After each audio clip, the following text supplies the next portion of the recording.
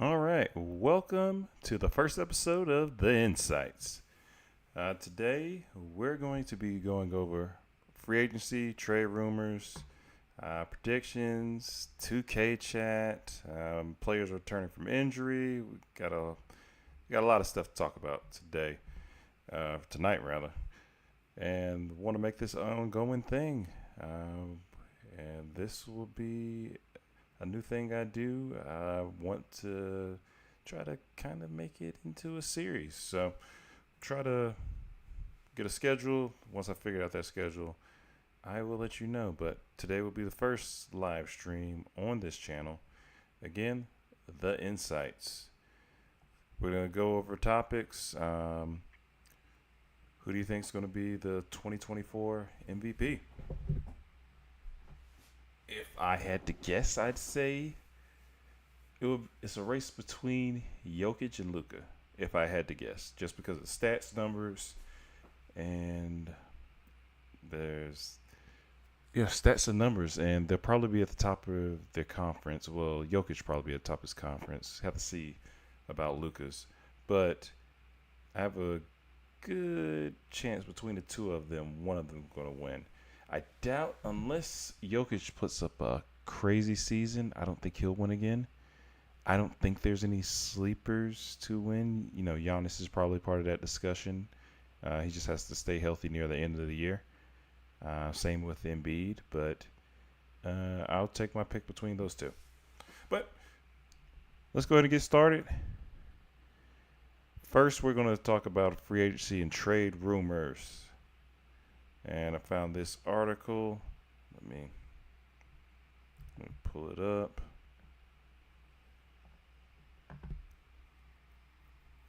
Found this article on the latest free agent signings. So Zubac actually signed an extension with the Clippers yesterday. 3-year, $58 million. I don't even remember that being talked about or seen on my phone at all. Not a bad move. Says he's signs for $70 million. Zubac has made some good money over his career.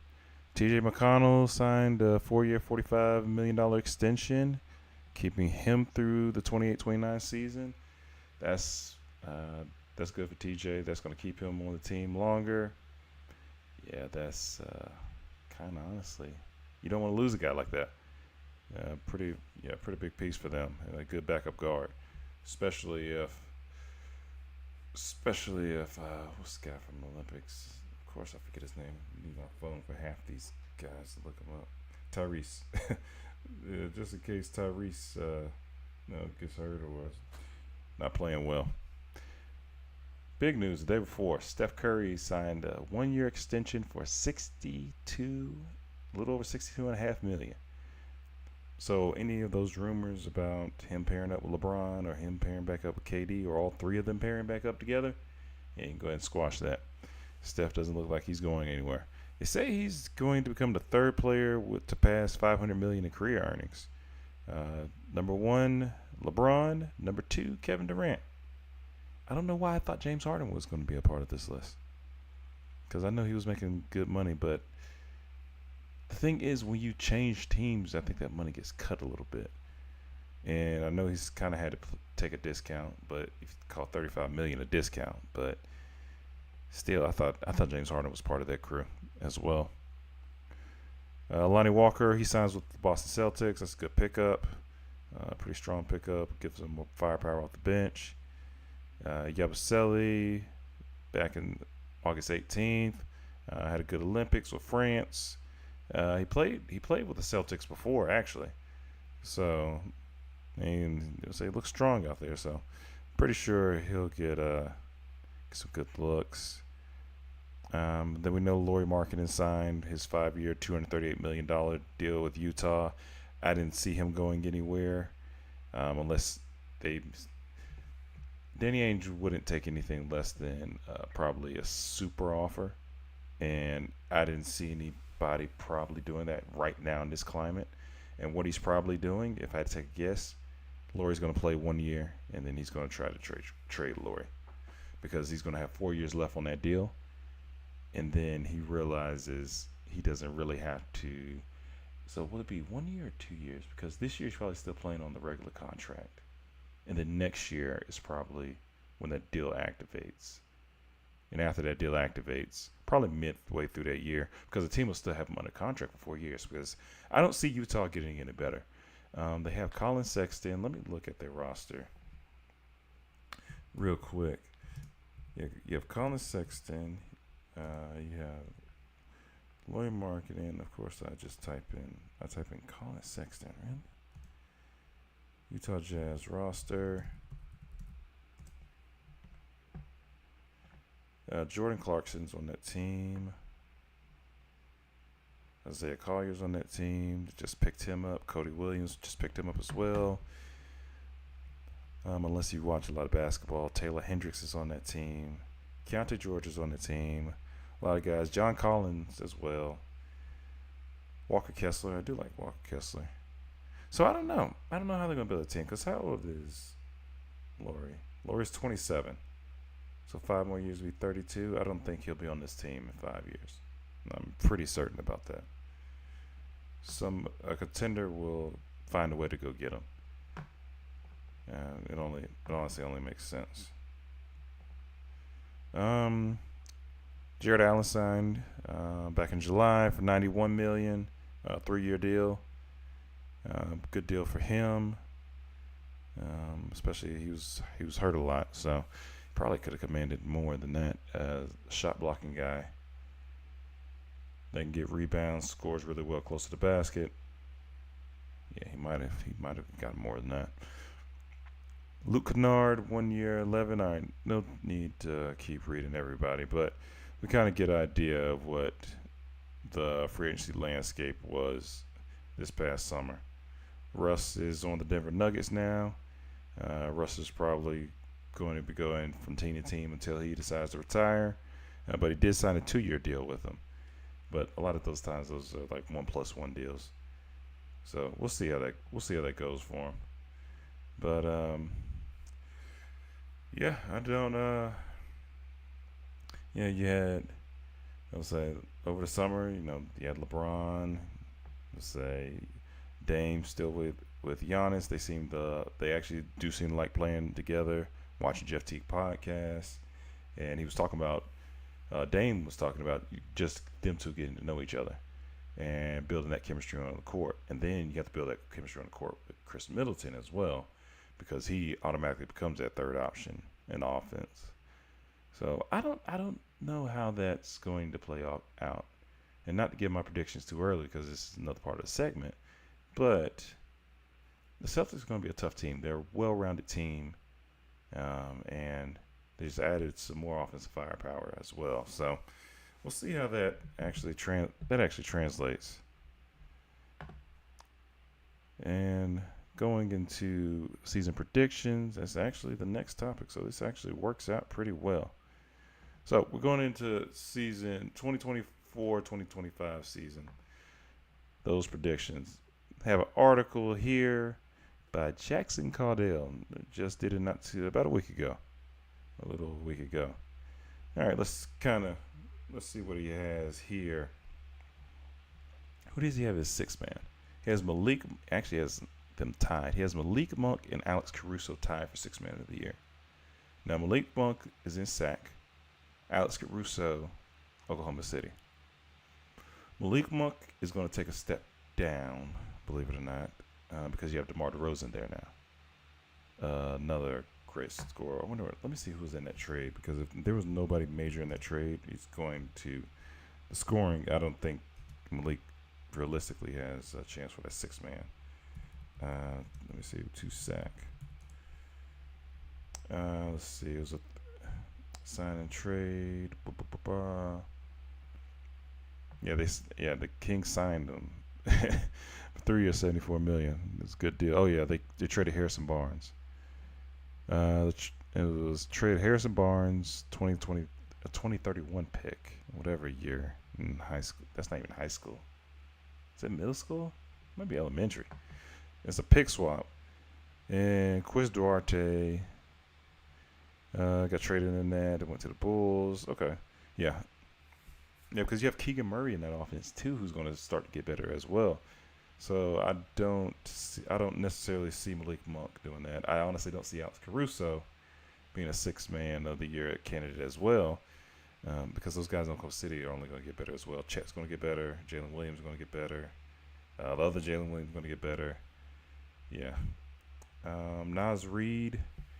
Did they add anybody to that team? I don't think there'll be a back-to-back six-man of the year.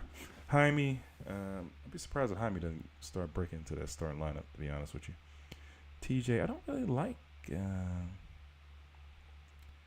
that list. Bogdan, is Bogdan coming off the bench for the Hawks? When did that happen? He should be starting, but Jose Alvarado, I don't necessarily like that either. Norman Powell, I do like Norman Powell, just for the fact that they lost Paul George, so you need a scoring increase from somewhere.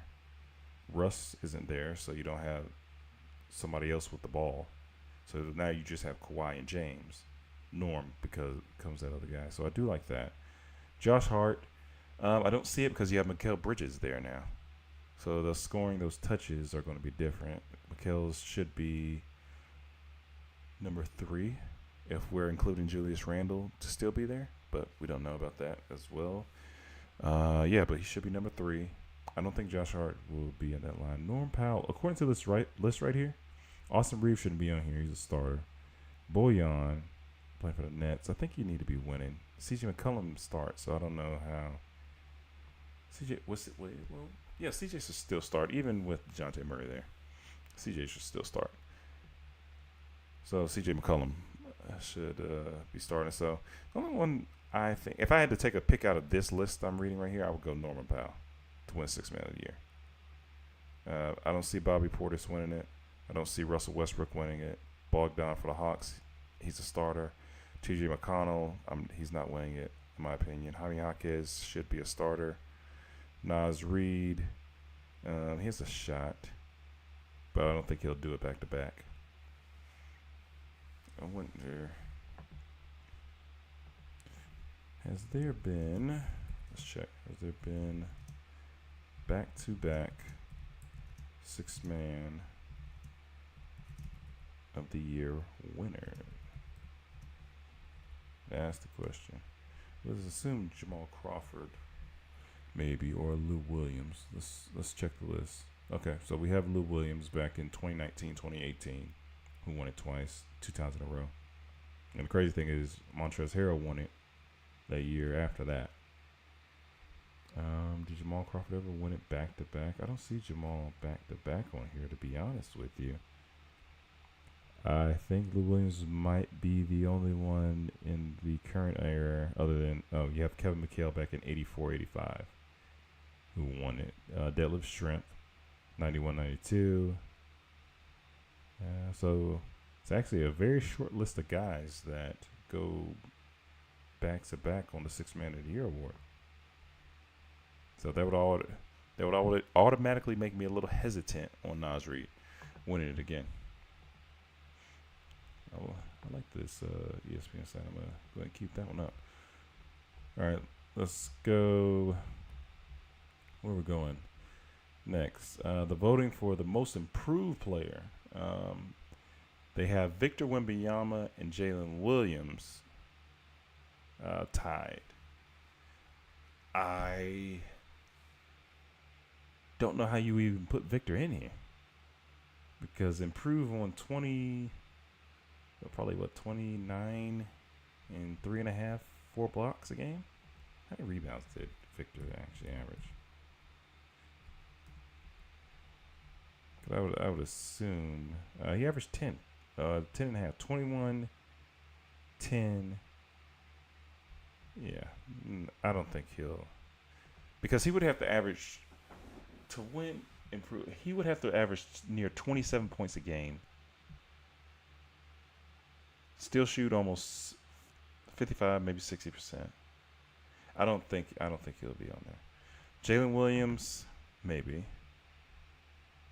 but most improved, that'd be tough because I think Jalen Williams averaged 18. Kobe White, I don't see him doing it. Cade Cunningham, I don't know. I don't really trust his scoring right now. How he scores the ball, to be honest. Cam Thomas, I think he averaged 20 points to be most improved. Devin Vassell, I like him, but you have Chris Paul in that offense now. Well, so he won't handle the ball as much, but he should get a lot more open looks. So it might be a sleeper. Tyrese Halliburton will not win most improved. Alperen Sengun can. Kuminga is a really good candidate to possibly win it. I don't think RJ Barrett will. Jalen Suggs, I don't trust his shot either. Kuminga is very athletic and scores around the basket pretty well. I would, off of this list, the three I'm going, Jalen Williams, won't be Cam. I go Devin Vassell and Jonathan Kuminga. And if I was forced to pick, I'm gonna go with Jonathan Kuminga. They lost Clay, so shots have opened up. Clearly, he should be in the starting lineup. Steve Kerr. He should be in the starting lineup. So hopefully he can show his skills and what he can do. But I think it should be Kuminga if I had to pick. Oh, do we not have MVP on here? Oh. Well, I just knew we were looking at the awards and say MVP. Let me see what the MVP odds are. If I had to take a guess, Luka and Jokic are up there. MVP odds NBA. There we go. We have Vegas Insider from sports betting expert Kevin Rogers. Who does he have? I believe Luka is 1, and Jokic is right under them. Yeah, Luka is 1 at plus 350. Jokic is right under him at plus 360. Well, it depends on the betting site. They're fairly close. Basically, Luka and Jokic are right neck and neck. Then you have Shea, Joel Embiid, Giannis, and Edwards, Jalen Brunson. Victor Wembanyama actually on the list. Jason Tatum, I don't think he can win it. I don't think, because he would have to average 30 and still win 60-plus games, and I don't see that happening. Steph won't win it. His team will be too bad. Kevin Durant won't win it. They don't like him. Zion can't stay healthy enough to win it. Tyrese Halliburton, I don't think they're a top 4 team in the East. All right, that's too far down the list. So, these 5 have a chance to win it. I don't think Anthony Edwards is there just yet. Jalen Brunson should really get some consideration, but him averaging 28 this year, he would need to do that again. And with Julius Randle there, I don't see that. With Mikal Bridges, I don't see that either. So we have Luka. Luka could still average 33, and I'm pretty sure he can do it easily. Jokic, think about Jokic. I don't know if Jokic wants to average 28 to 30 points a game. I think he's more comfortable around the 24, 26. And then dishing out close to 10 assists, getting 11, 12 rebounds a game. Shea, who I personally thought should have won the MVP, just because the Thunder were the 10th place team. And then I believe they were number 1, right, at the end of the year. Either there was 1 through 3, I know that. And nobody expected them to be even close to that level. I know the people whose draft picks they have didn't expect that. So Shea, I honestly thought he should have been the MVP because the way he carried that team. No shade to Jokic or anything like that, but we expected the Nuggets to be good. No one could have expected the Thunder to be a top team in the West, the top team, I believe, in the West. Joel Embiid, it's health with him. Same with Giannis. Not to the Joel Embiid extent, but you start to tell closer to the end of the season, the past 2 years, Giannis has been hurt. So he would have to stay healthy. Dark horse on this list, I would pick.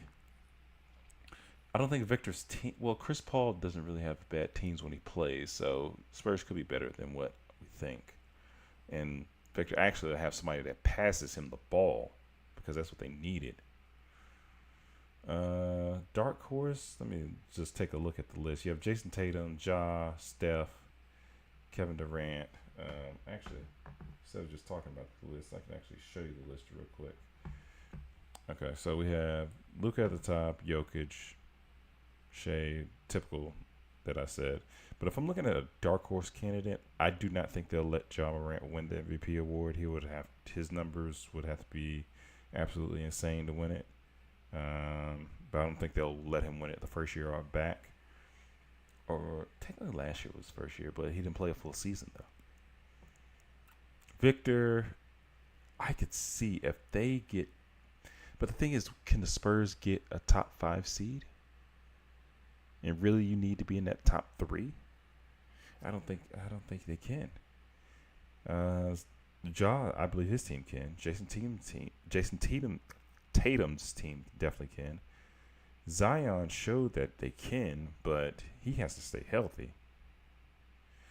Everybody off this list, a dark horse candidate. It's definitely not Bam or Tyler Hero or Jaren Jackson.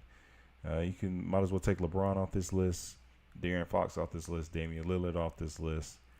Anthony Davis, Kawhi doesn't want it. Devin Booker, because he's paired with Kevin Durant, can't win it. Donovan Mitchell can win it. He would have to get that team to number 1 in the East. And I think that would get him to actually win it. My dark horse, though,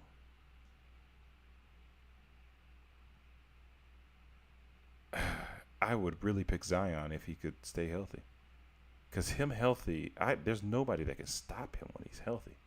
He just doesn't stay healthy. And at this point, it's like, how many times does man need to show you before you believe him? So I can't pick him. I want to go Ja because I think he has the actual legitimate chance to become the MVP. But I don't know if the NBA will pick him. I really don't know.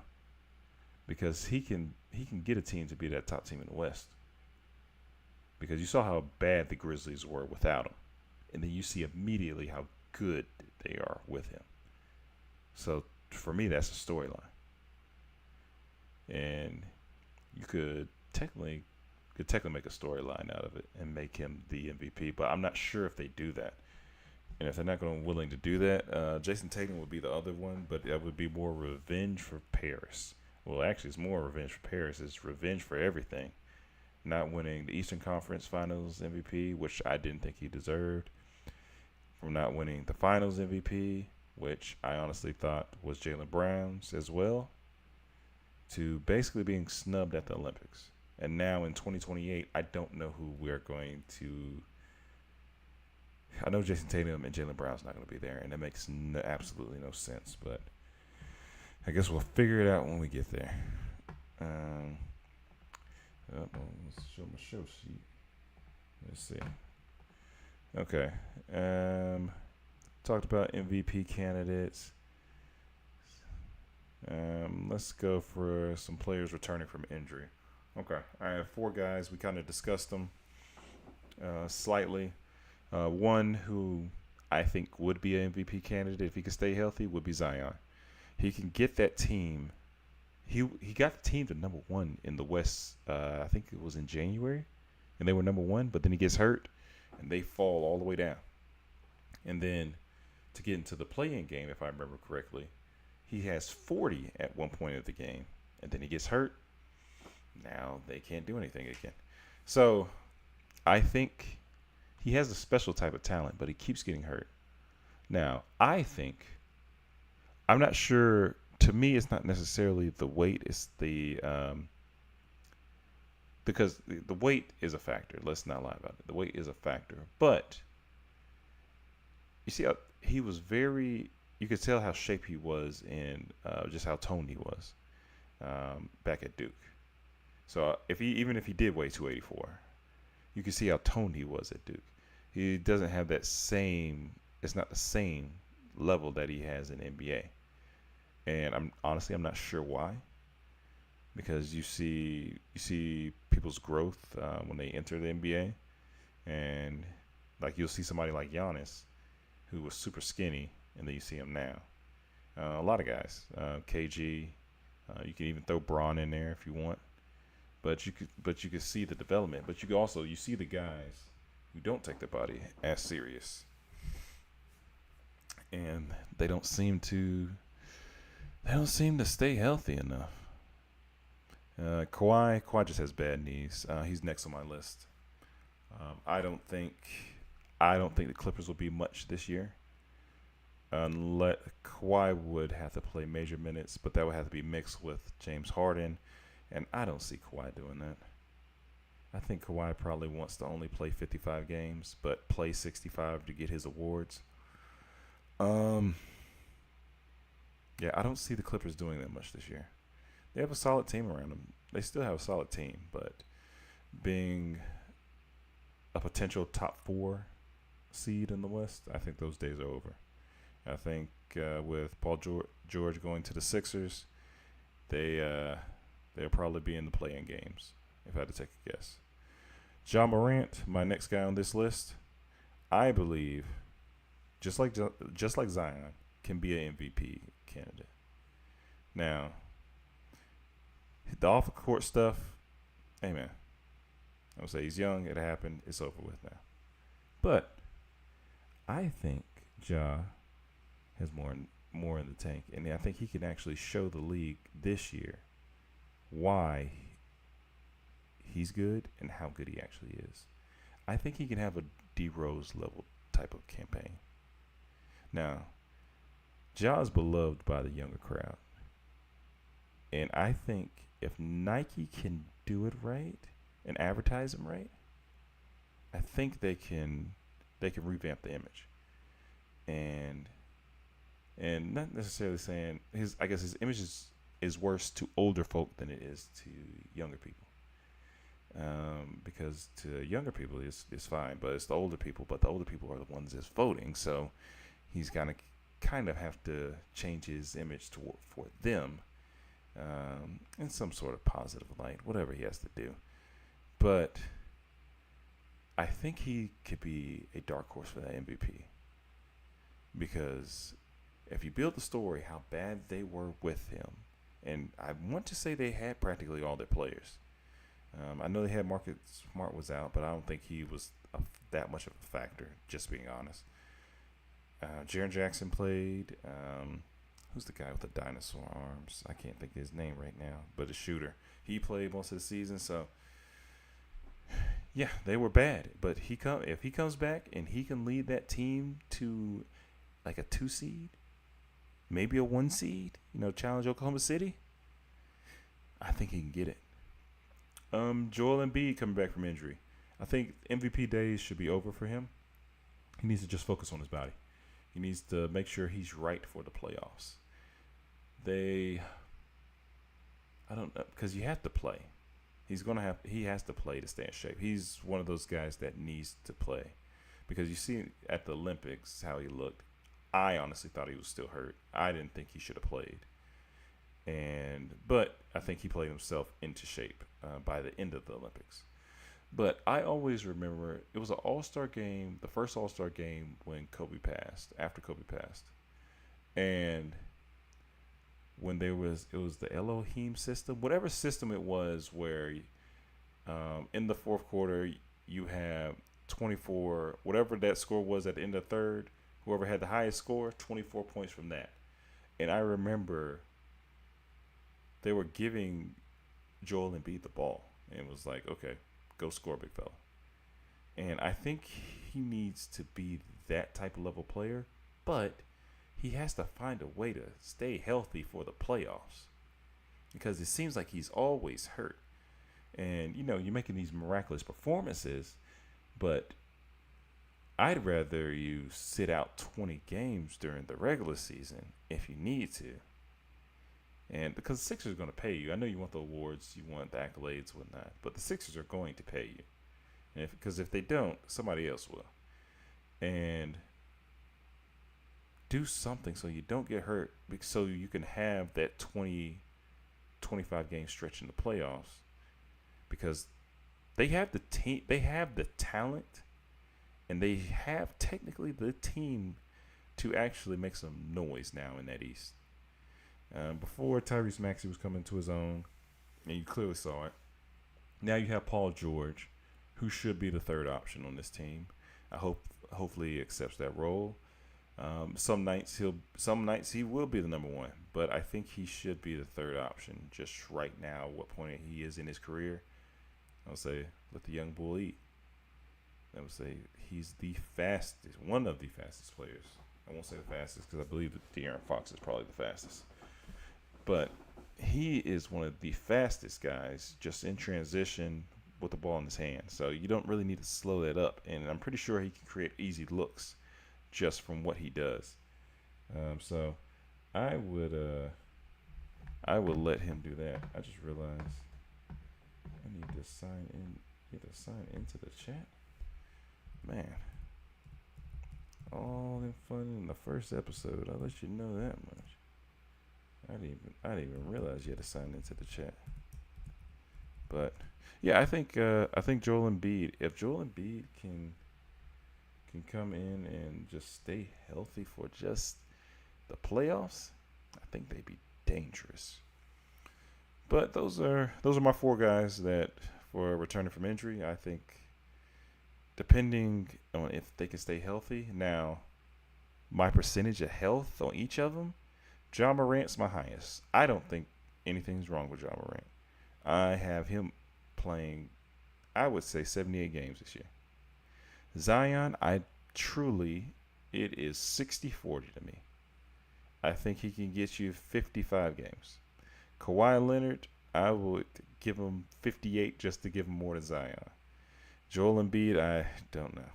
Joel Embiid is such like a time bomb. He could be at 40 games or he could be at 60 just to get to 65. So we'll see with that, but I think each of them, I think Ja really don't have anything to worry about. Just, stay focused and whatnot. But the other three, I think Kawhi is just getting older and his knees are bad. And you're not going to be able to do anything with that. But he's won already. So Kawhi, honestly, you could throw him off the list. Zion and Joel have not won. And that's what they're going to be looking at. And they both make a major impact on their team. So you're going to kind of look at that. Talk about impact. What I wanted to do is I wanted to look at the 2023 NBA draft class.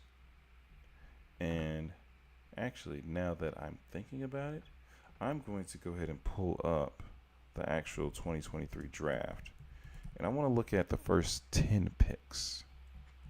And it probably show all the picks. Forgot to put NBA. We're definitely on NBA season right now, or NFL season. Okay. Let me make sure I'm sharing my screen. Okay. So, just as a refresher, first 10 picks in the draft. Spurs take Victor Wembanyama. Hornets draft Brandon Miller. Blazers take Scoot Henderson. Rockets draft Amen Thompson. Pistons draft Asar Thompson. Magic draft Anthony Black. Pacers draft Bilal Coulibaly. Wizards draft Jarace Walker.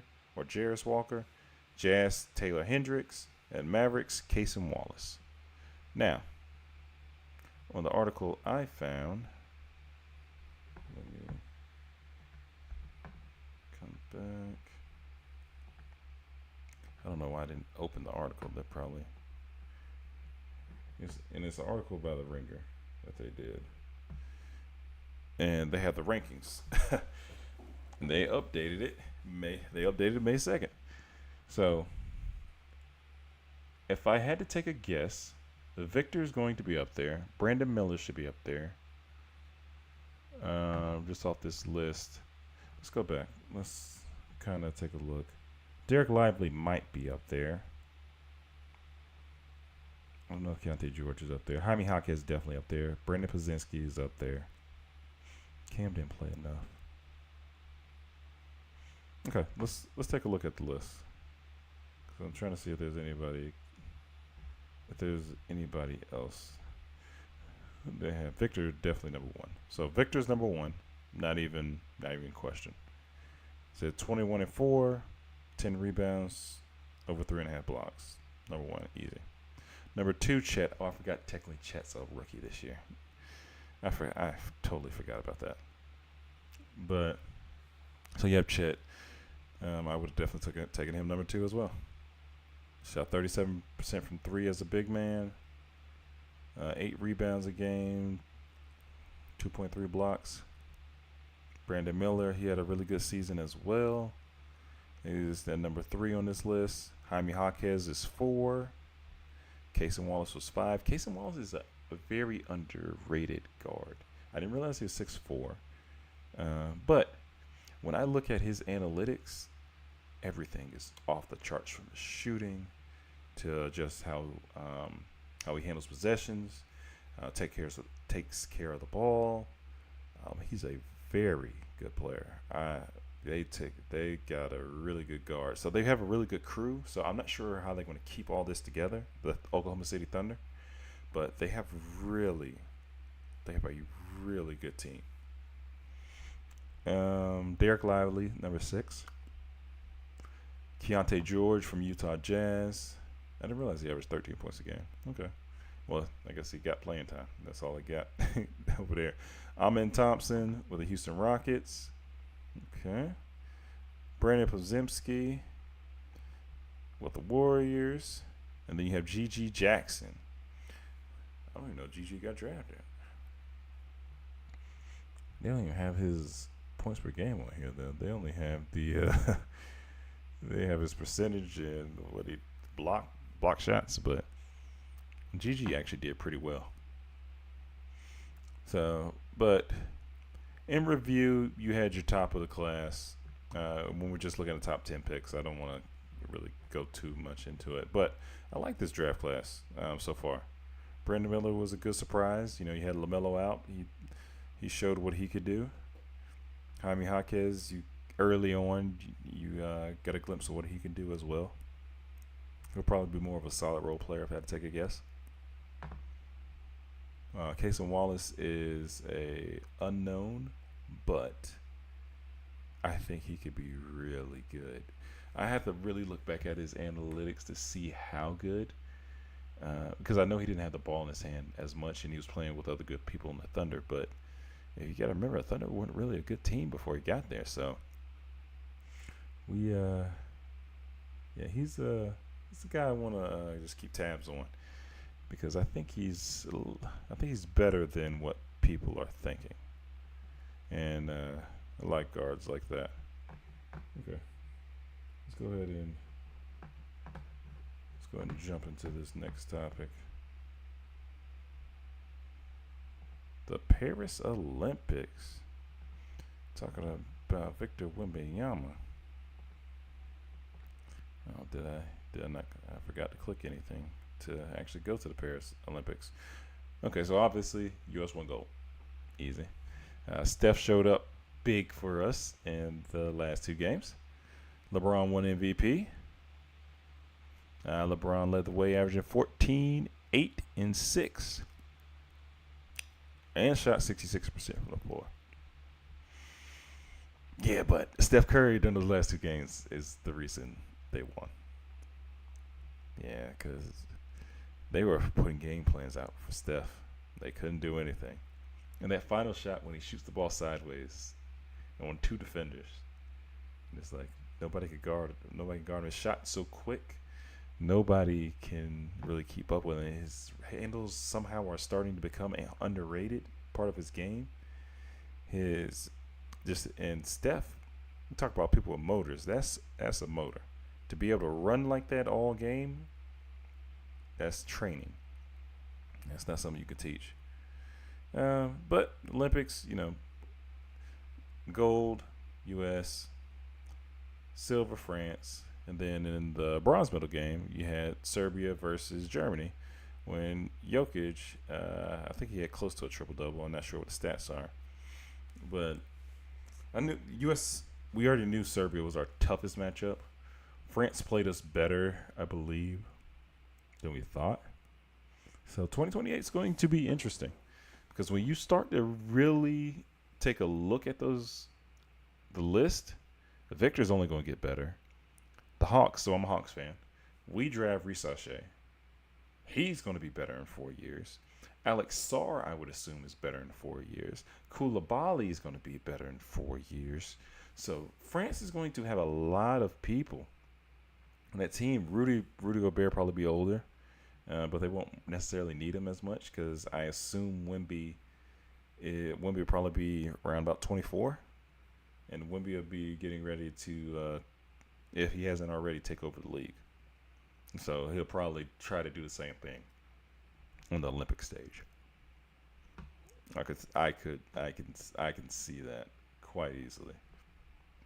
And honestly, it's a scary thing to think about.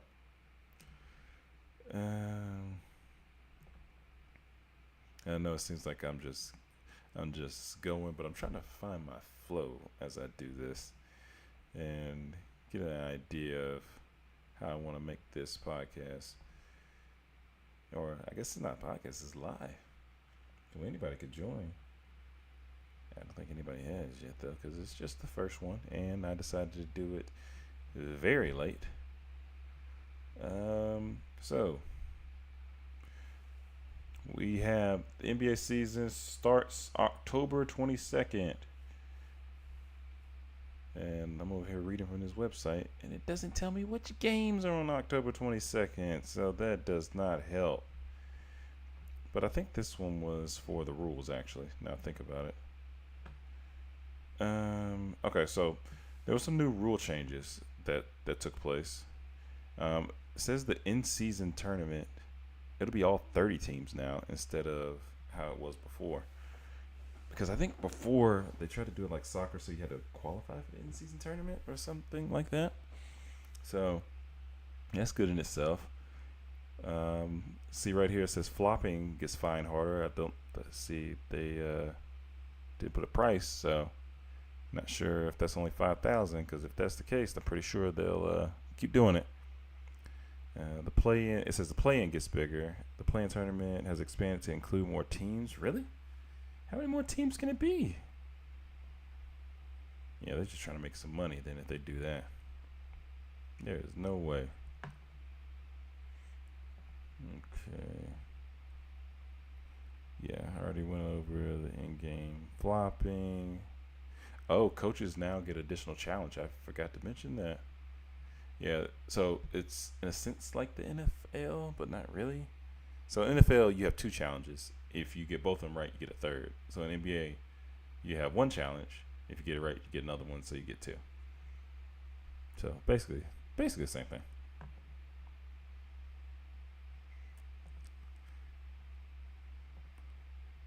Yeah, some of the headlines. So in this segment, what I want to do is actually go over some of the headlines that people were talking about last year and go over them. So we have 24 key storylines before the 2023-2024 season. So let's start at 24. The Bucks' massive trade for Damian Lillard puts the league on notice. It did, but it worked for a little bit. Then they fired their coach, got Doc Rivers, and it felt like it stopped working. Giannis got hurt. Did not work. So it was a massive trade, but it didn't really put the league on notice like you would think. Number 23, even with Chris Paul, another title will be tough for the Warriors. That was true. Very true. Yeah, Chris Paul obviously didn't mesh, and he got hurt, and yeah, he needed a new fit. Number 22, will the additions of Jrue Holiday and Kristaps Porzingis be enough for the Celtics? Well, we found out that to be true. That's another true one. 21, Grizzlies face a tough climb while awaiting Ja Morant's return. Yes, they did. They had a tough climb, and then he got hurt. Number 20. Here's why the Kia Rookie of the Year race won't be a one-man race. Well, I can assure you it was a one-man race, and nobody even thought twice about it. Number 19. The Luka Doncic and Kyrie Irving combo will be better in 23-24. It actually was. It did start off a little slower, but it actually was better. They're starting to get ready to play with them. Ime Udoka, number 18. Ime Udoka is back on the bench. Rockets fans should rejoice. I think they should. They had a solid year last year for what they're going to be, but I think they'll get better. They got Reed Shepherd, who looks in the summer league anyway. Looks like the next thing. I was wondering why he went number 3, and hey, if he's going to play like that, more power to the man. Number 17. Even with Paolo Banchero with a solid core, Magic have a ways to go to end the playoff drought. Well, that was wrong because they ended that playoff drought, and it wasn't him and Franz, and then you had Jalen Suggs there too. What's the center? Michael Carter. No, I can't think of his name, but Wendell Carter. Yeah, they have a good team over there. 15. New Orleans ceiling is primed to rise if Zion is fully fit this season. Yes, it is. That is the absolute truth.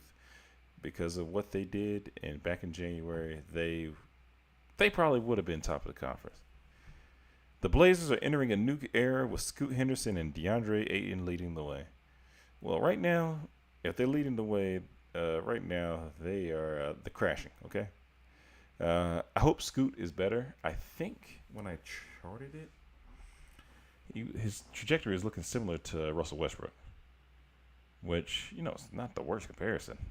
I don't know why people tend to make it seem that way, but it's actually a pretty good comparison. So, because Russ wasn't really necessarily that efficient either his first year. Now, not as Scoot bad, but it wasn't terrible. Will the Karl Anthony Towns and Rudy Gobert pairing work better in year 2? Question number 13. Yes, it does. Or does it? Because Cat was hurt.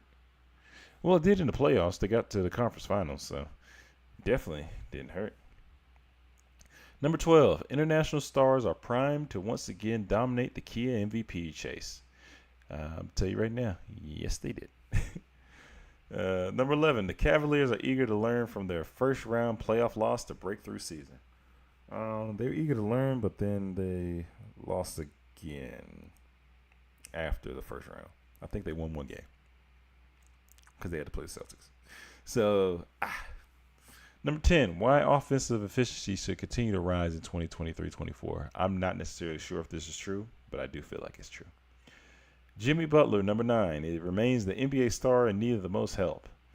Now, the need of the most help, what exactly do you mean? That's what we need to find out. What exactly do you mean? Need the most help. Number 8, will the Nets or the Knicks put the Big Apple on notice? I'll tell you right now, it wasn't the Nets. Those Knicks, they might be back. Number 7, Phoenix. Kevin Durant, Bradley Beal, and Devin Booker has put the West on notice. Kind of. They know they're there. I wouldn't say on notice. They know they're there, but I don't think anybody's fearful of them. Number 6, which rule change will have the biggest impact on the 2023-24 season? I truly don't know. Maybe challenges. But the challenges I feel like was there before. What rule change? I don't know. Number 5. 5 players seem to be clear favorites in the 2023 scoring title chase. I just want to see what they put. 5 players who could compete. Anthony Edwards, Donovan Mitchell, Luka. Well, no. We already know them. Oh, this is 2023. Yeah. Okay, so Shea was a good bet. Joel, of course, because he was averaging the most before he got hurt. Luka, very good. Donovan Mitchell averaged a lot. I don't think this is a top 5 list, but it did a good job. It did a very good job here. Why Atlanta should manage just fine after trading John Collins. I'll tell you right now, we did not manage just fine. Okay? Everything just went down. In-season tournament brings a new dimension. This number 3. to the start of the season. Yes, it did. It made it very exciting. Why you should not count out LeBron James and the Lakers. Well, if they continue to play the Denver Nuggets, I will continue to count them out. And the Nuggets have all the pieces they need to defend their NBA championship. Tell you right now, they don't, and they lost some more. So, those are just revisionist history. Just looking back at it, it's like, oh, okay, this is what we thought and how things really turned out. I think the article actually did a pretty good job, a pretty solid job, if I had to say so myself. One of the last topics, just to keep it a little lighter, we're going to analyze some NBA 2K ratings. Let me again pull this up. So where are Kevin Durant, Devin Booker, and the NBA 2K rating? So pretty sure it's probably make a list. There we go. So we have Nikola Jokic, Luka, and Giannis all at 97. Shai's at 96. Joela's at 96.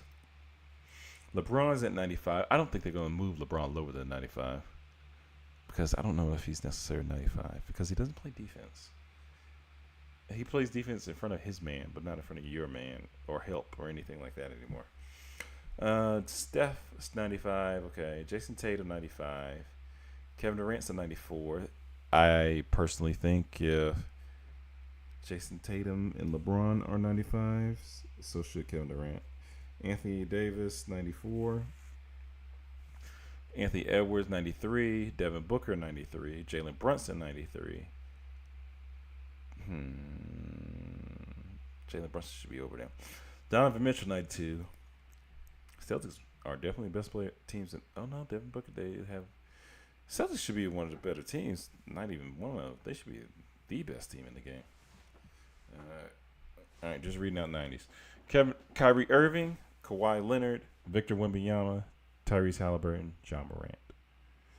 And going a little lower, Paolo, 89. I feel like that's a little high. He doesn't necessarily score the ball efficiently. I hope people start to see that before it's too late. But he is a good player. But he needs to work on his efficiency metrics. You have a lot of guys that are above 85. Yeah, I don't think 2K used to be like that, but I guess they're trying to say they have a lot more talent in the league now. But yeah, no, this is the live stream. I wanted to get on here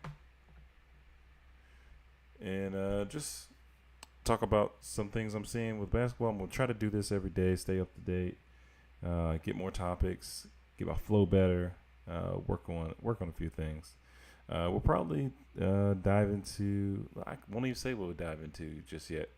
We'll let that be, and then I'll come back next time. All right, guys. What people say? Stay blessed. Or bye.